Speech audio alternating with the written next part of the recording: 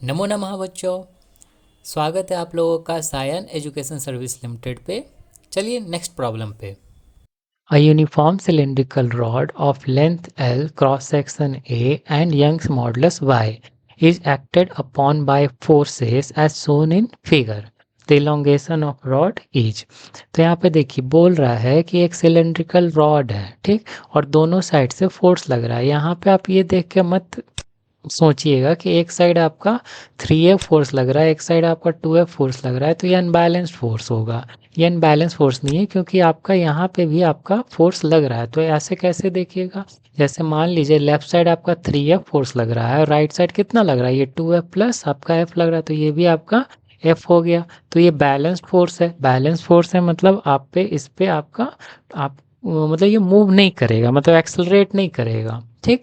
तो इसको बनाने का क्या तरीका होगा, इसको जैसे मान लीजिए इसको दो भागों में बांट लीजिए। दो भागों में बांटेंगे तो आपका एक फोर्स आपका किधर, एक फोर्स आपका इस साइड आपका कितना लग रहा है, 3F लग रहा है। तो ऑब्वियस चीज़ है, अगर एक साइड आप 3F लग रहा होगा, दूसरे से साइड भी आपको कितना 3F ही लगना होगा। नहीं तो अगर अनबैलेंस फोर्स लगाइएगा तो ये मूव करने लगेगा, ठीक। इसमें इसका लेंथ क्या रखिएगा, क्रॉस सेक्शन तो दोनों का सेम ही होगा, एक साइड ये वाला और ये एक साइड ये वाला, दोनों का क्रॉस सेक्शन यूनिफॉर्म है, तो दोनों आपका मेन तो आपका क्रॉस सेक्शन सर बराबर ही होगा। तो क्रॉस सेक्शन एरिया में आपको चिंता नहीं करना, बात है आपका लेंथ का। तो लेंथ कितना हो जाएगा, अगर बात करेंगे इधर टोटल लेंथ कितना L है, अगर बात हुआ यहाँ पे यहाँ से यहाँ तक आपका लेंथ कितना दिया हुआ है, L दिया हुआ है। और यहाँ पे बोल रहा है ये जो आपका जो ये लेंथ होगा वो L/3 है, तो बचा हुआ लेंथ कितना हो जाएगा आपका 2L/3 हो जाएगा। तो ये हो गया आपका फर्स्ट वाला आपका रॉड। हमें इसी तरह सेकंड रॉड बना देंगे। सेकंड रॉड में आपका लेंथ बस आपका चेंज कर जाएगा। लेंथ कितना हो जाएगा, ये हो जाएगा L/3, ठीक। फोर्सेस, फोर्सेस कितना होगा आपका यहाँ पर देख सकते हैं, आपका राइट साइड कितना फोर्स लग रहा है, आपका 2F फोर्स लग रहा है। तो बात होगा एक साइड 2F है तो दोनों साइड आपका 2F ही लगाना होगा, नहीं तो आपका फिर से अनबैलेंस फोर्स हो जाएगा। तो ओवरऑल अगर हम बात करेंगे तो ये दोनों मिला के अगर बात होगा तो आपका फोर्स क्या होगा, आपका ओवरऑल बात करेंगे नेट फोर्स तो आपका इसी साइड लगेगा ना, ये वाला आपका ये राइट साइड ही लगेगा, जो कि आपका यहाँ पे शो हो रहा है। तो ऐसे प्रॉब्लम्स को बनाने के लिए आप क्या करना है, आपका रॉड को ब्रेक कर लेंगे, ठीक है। अब क्या करेंगे, हम नॉर्मली अभी इसमें क्या करेंगे, आपको इसको टू नंबर लिख देते हैं। हम नॉर्मली क्या करेंगे, आपको इलोंगेशन पूछ रहा है, तो टोटल इलोंगेशन आपका डेल एल, और यहाँ पे इसको हम कहते हैं डेल L1 इस वाले के लिए, प्लस आपका डेल L2 आपका इस वाले के लिए। तो यहाँ पे डेल एल का क्या होता है आपका फॉर्मूला FL/A ही होता है।